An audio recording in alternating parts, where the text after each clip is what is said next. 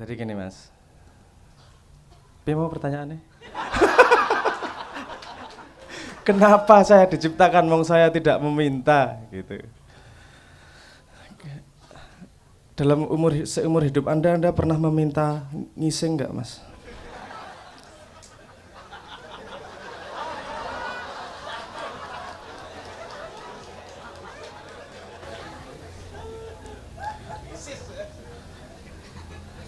Tuhan, saya pengen ngising besok jam 8 lebih 15.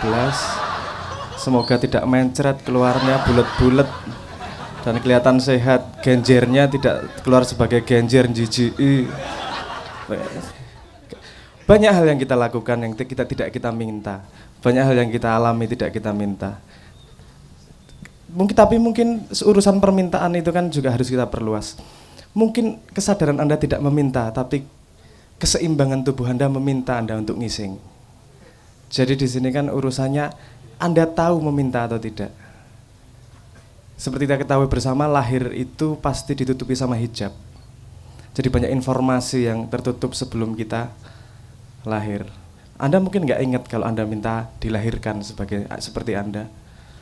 Dan nulis kurikulum sendiri, nanti aku menanyakan kepada diri saya kenapa saya diciptakan. Nah, jadi kalau konsepnya seperti itu, bahwa Anda ada perjanjian sebelum lahir dan ada alasan dan kurikulum kenapa harus lahir sekarang, itu yang bisa jawab ya Anda sendiri. Kenal lo karo jabang bayimu, kenal lo sama sejatinya dirimu untuk menemukan kenapa kau dilahirkan. Mungkin ada indikasi-indikasi hidup, mungkin ada indikasi-indikasi hidup. Misalnya Anda kok dari kecil aku kena masalah hutang terus ya. Dari kecil kenapa saya jadi pemarah terus ya. Mungkin itu indikasi bahwa PR Anda dalam hidup yang ini adalah untuk mengatasi masalah kemarahan dalam diri Anda. Jadi kalau kita mau melihat agak lebar mundur ke belakang sedikit, akan terlihat tren dalam hidup apa yang terjadi. Mungkin kita bisa membaca di situ kenapa kita dilahirkan, kenapa kita hidup. Kalau kita melihatnya pada rentang hidup, maksudnya rentang hidup adalah ketika dari kita dilahirkan sampai kita mati, mungkin kita akan susah melihat kenapa kita dilahirkan. Coba sekali-sekali melihat dari rentang nyawa, dari nyawa diciptakan sampai nyawa nanti kembali kepada Tuhan. Di situ akan mungkin ada informasi-informasi yang bisa membantu menjawab kenapa Anda dilahirkan. Bisa jadi Anda dilahirkan untuk memberi cobaan kepada orang tua Anda juga bisa. Siapa tahu.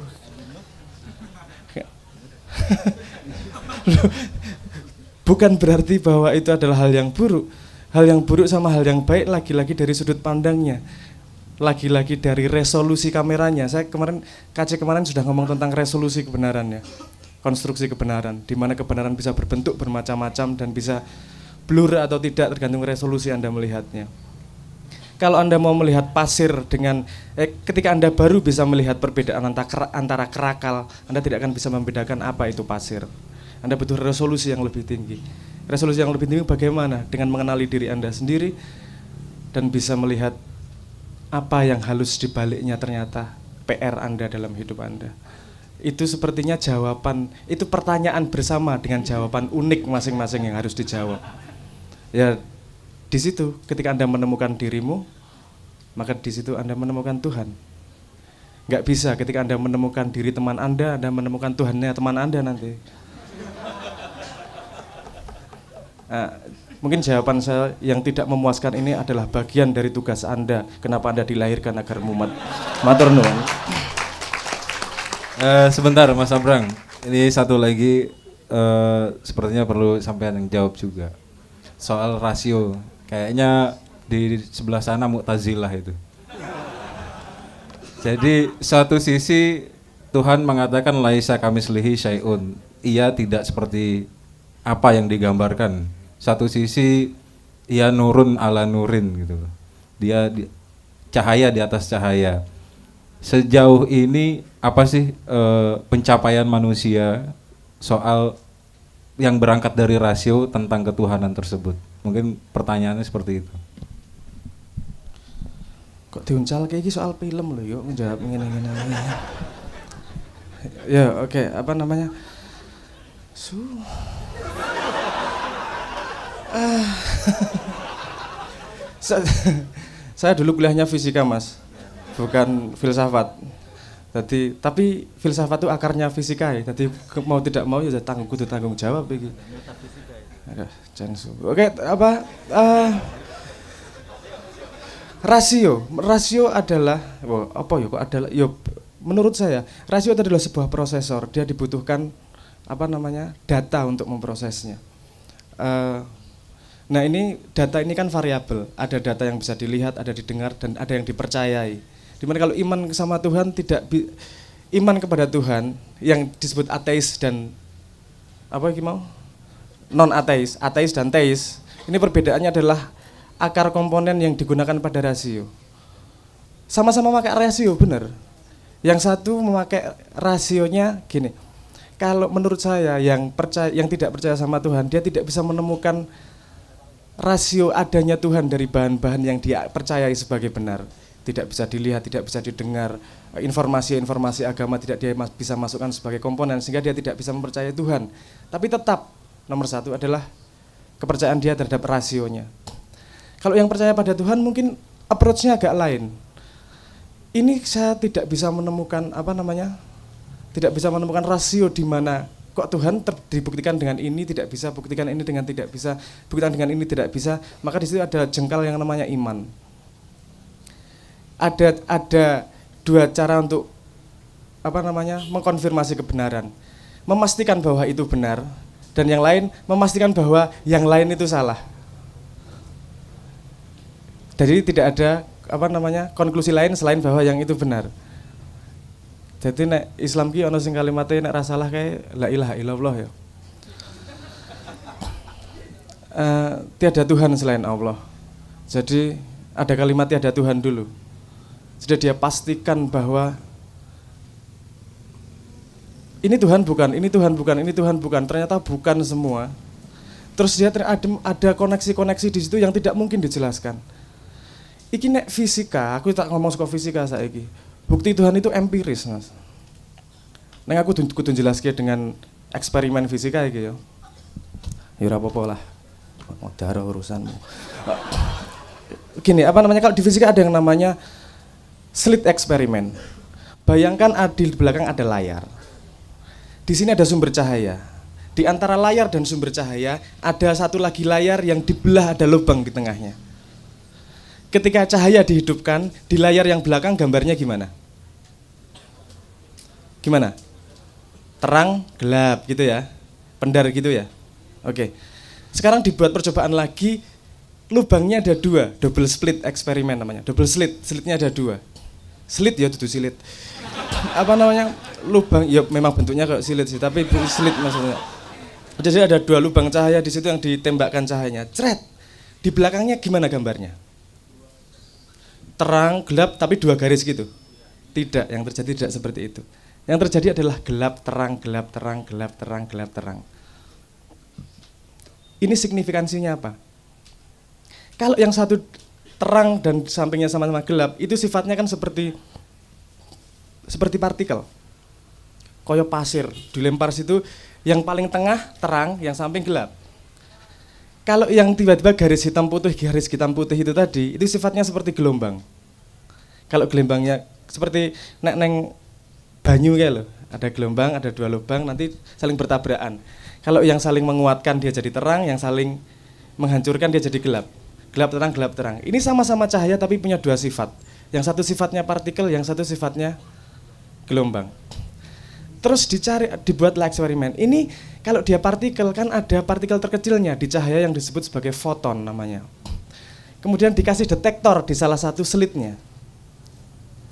Aku kok eling silit terus loh. Salah. Di salah satu slitnya agar dia tahu ini fotonnya lewat kanan atau lewat kiri. Ditembakkan satu demi satu fotonya. Das. Apa yang terjadi? Yang terjadi dalam dua garis itu adalah seperti terjadi dalam satu garis. Terang, semakin gelap. Ditembakkan satu demi satu. Kalau nggak ada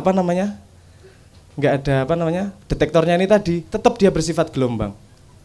Ini signifikansinya apa? Perbedaan antara eksperimen A dan eksperimen B yang ada detektor A dan tidaknya, itu bedanya hanyalah kita tahu informasi cahayanya lewat mana. Jadi potensi yang namanya gelombang, dia memanifestasi menjadi benda ketika kita tahu informasi. Bedanya cuma itu, informasi. Berarti ada orang yang mengamati menyerap informasi. Perubahan dari potensi menjadi informasi, benda jadi benda itu perbedaannya hanya ada yang mengawasi, ada kesadaran yang melihat, memproses informasi itu. Gampangnya gitu ya. Terus pertanyaan berikutnya, loh iki jagat raya ono kabeh. Ini bukan gelombang ini partikel-partikel yang sudah memanifestasi ini. Ini jadi proton, jadi neutron, jadi bintang, jadi apa, ini udah jadi semua ini. Terus yang mengamati siapa? Pertanyaannya seperti itu.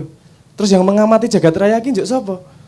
Yang membedakan dari potensi menjadi apa partikel itu tadi adalah ada kesadaran yang mengamati. Terus kesadaran siapa ini yang mengamati? Tidak punya jawabannya mereka. Menemukan jawabannya di agama. Oh jojo ki sing disebut Tuhan kae yo. Tapi karena gengsi yang ngomongnya kesadaran kosmos atau kesadaran yang lebih besar misalnya seperti itu. Tapi kalau Anda lihat mungkin sekitar tahun 1930-40-an itu ketika eksperimen itu populer, banyak yang jadi pendeta, banyak yang ke agama dan segala macam. Karena mereka sadar bahwa ada komponen-komponen yang ternyata sains ini masih muda juga untuk mencoba memahami alam. Ada mungkin agama yang sudah punya jawabannya walaupun belum kita tahu sebabnya.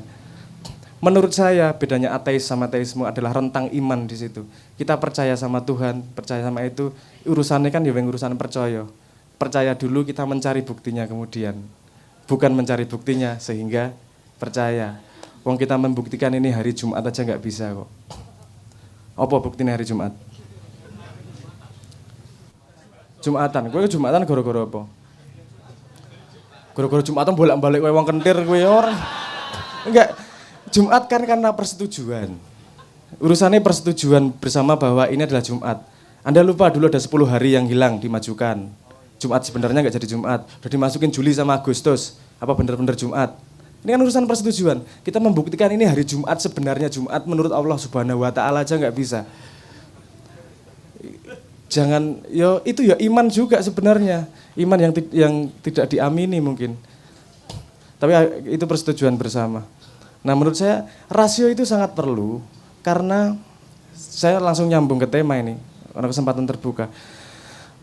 Rasio itu sangat perlu karena begini, kalau setahu saya membaca Quran, membaca alam, mencari kebenaran itu kan butuh, katanya membaca Quran harus suci. Suci kuwi piye? Wudu, ngono ya. Itu suci wadak, kan harus suci pikir juga. Jangan lupa, nggak hanya suci wadak, perlu juga suci fikir. Sekarang kita tarik dari informasi yang ada tentang suci wadak. Suci wadak itu, piye carane? Wudu dengan kategori airnya ada nggak? Ada air mutlak, ada air musamas, mustakmal, mutanajis, gitu ya. Air mutlak adalah air yang bersih, benar-benar bersih. Kalau air musamas adalah air yang udah kena panas, udah kena matahari gitu ya. Masih bisa buat wudu. Masih bisa. Oke, kalau air mustakmal? Air yang sudah dipakai. Bisa dipakai wudu atau enggak? Enggak bisa ya. Kalau air mutanajis? Air yang sudah mengandung najis. Oke, kalau dalam pikiran, bersuci pikiran, kan kita butuh rasio untuk menentukan mana wudunya pikiran dengan air yang mana. Kalau dalam pikiran yang disebut sebagai air mutlak itu yang seperti apa? Ini nyambung kepada dulu-dulu Cak Nun pernah ngomong bahwa ilmu paling murni itu ya disiplin matematika. Karena menurut saya air mutlak adalah matematika di situ.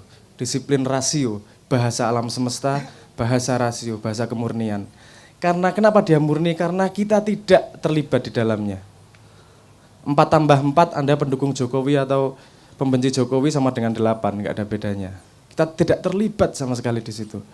Matematika adalah matematika, dia berdiri sendiri. Bagaimana kita mengikuti fakta tanpa kita ikut terlibat di dalamnya. Yang paling suci di situ. Yang kedua adalah air musammas, air yang sudah berhubungan dengan dengan alam ya, matahari dan seterusnya. Itu kalau di ilmu saya nyebutnya ilmu fisika. Ilmu fisika karena fisika itu belajar tentang alam. Pendapat dia tentang kejadian di alam tidak penting. Kalau kelapa jatuh ya kelapa jatuh, kecepatan segitu. Bahwa presisinya tidak kita bisa jangkau dengan 100%, itu memang karena kita tidak mampu untuk mencapai situ. Ada kemampuan kita, ada limitasi di situ. Jadi dia masih bisa untuk mencari kebenaran, untuk bisa mencari Tuhan, walaupun ada degradasi sedikit di situ, seperti air musammas. Terus yang ketiga, ini aku rada ngeri ngomongnya. Yang ketiga adalah air muktamal ya. Mustakmal. Air mustakmal, air yang sudah dipakai wudhu. Ini terjemahan saya. Di sini air yang sudah dipakai wudhu adalah orang sudah memakai akalnya, sudah memakai rasionya untuk membersihkan dirinya sendiri. Outputnya berarti adalah tafsir-tafsir Al-Quran. Jadi tafsir-tafsir yang ada di kasanah kita ini itu tidak bisa buat berwudu mencari kebenaran. Karena itu sudah dipakai wudu penulisnya. Itu adalah output dari dia berwudu dan mencari kebenaran dalam Qur'annya. Kalau kita melihat sebagai referensi untuk mencari kebenaran nggak masalah, tapi kita tidak bisa 100% menggunakan itu sebagai tempat berwudu, karena itu wudunya orang lain. Yang terakhir adalah air mutanajis. Ini kan bedanya tadi antara air itu tadi bedanya seberapa besar invest manusia ke dalam informasi itu. Ini air mutanajis nomor 1 seperti yang dikatakan tadi, yo media massa. Informasi media massa. Karena di situ tidak ada, di situ manusia sangat-sangat terlibat. Ilmu sosial dan media massa terutama kalau yang bisa dilihat. Orang menulis pasti ada motifnya, ada tujuannya, ada kerangkanya. Itu tidak mungkin bisa dijadikan untuk berwudu, untuk mencari kebenaran yang sebenar-benarnya. Dia hanya hin, hanya petunjuk-petunjuk kecil-kecil untuk mencari kebenaran. Nah, jadi rasio amat sangat penting, bukan cara menggunakan rasionya itu sendiri. Rasio digunakan untuk menganalisa guna rasio itu sendiri. Ya, begitulah sedikit banyak. Piye, rasiomu wis umup rong iki. Jadi saya ingin mengatakan bahwa rasio amat sangat penting karena agama diciptakan untuk orang-orang yang berakal. Dan akal itu salah satu senjata utamanya itu yang namanya rasio. Bahwa kita menuhankan rasio, kita menuhankan uang, menuhankan apa, itu kita terjebak dalam, kalau kepercayaan yang sudah kita percaya ya kita terjebak dalam la ilaha. Tapi diperlukan itu mungkin dalam perjalanan setiap orang karena PR orang masing-masing untuk menemukan ilallahnya. Asal tidak pernah kita berhenti mencari dalam hidup kita. Ngoten dhisik. Matur nuwun. Assalamualaikum warahmatullahi wabarakatuh. Baik, terima kasih Mas Abrang.